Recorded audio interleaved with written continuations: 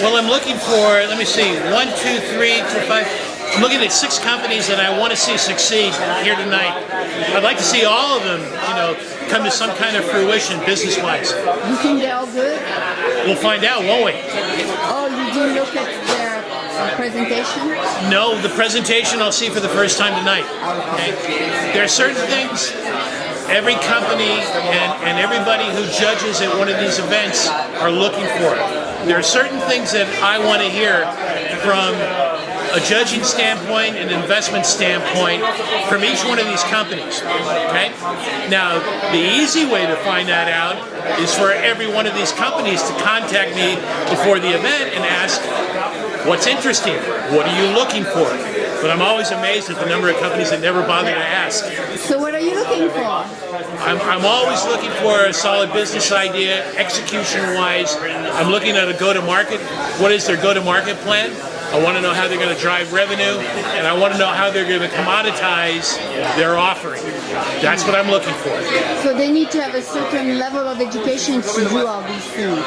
Not necessarily, but they sure have to know how to acquire paying customers, and once they have paying customers, how do they keep them?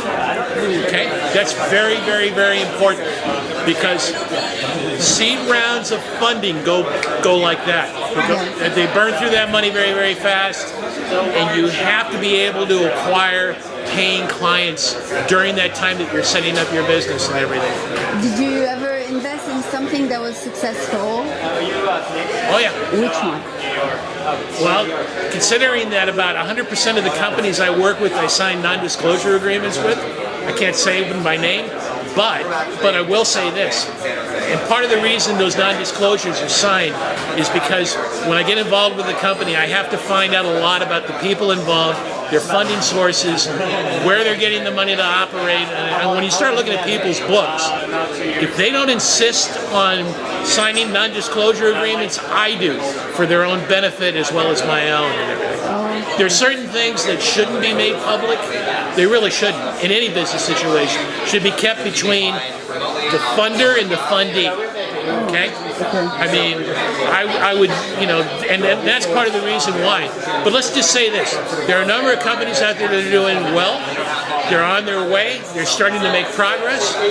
And after a while, an investor can only do so much.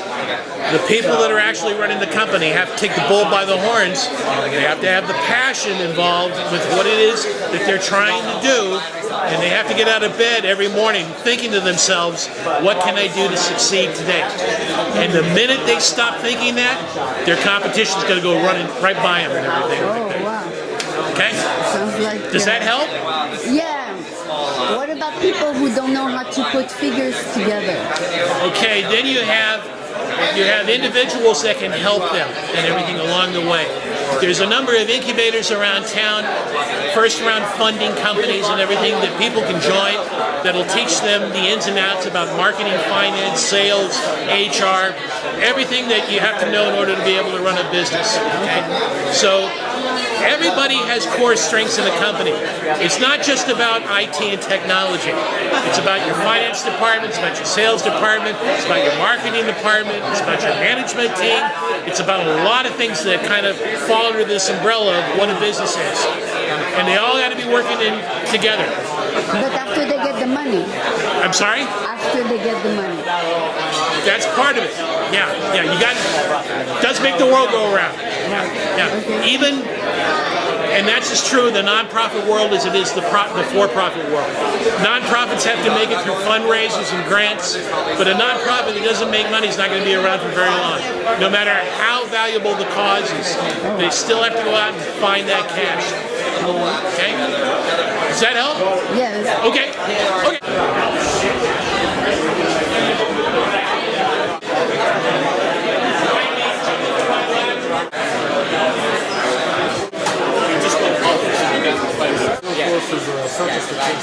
And the good guy.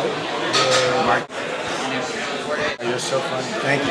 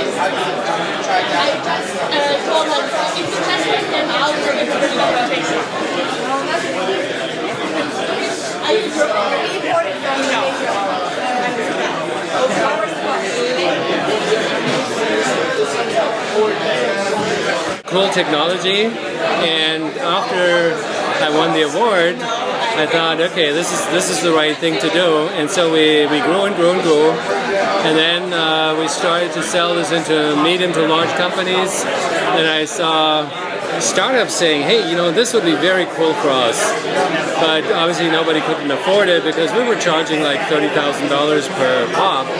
And so what happened at the end of the day is we said, no, we need to help startups. This is more important than anything else. And so we started the accelerator this year, and you know, this is the outcome here. So it's actually really cool. Yeah.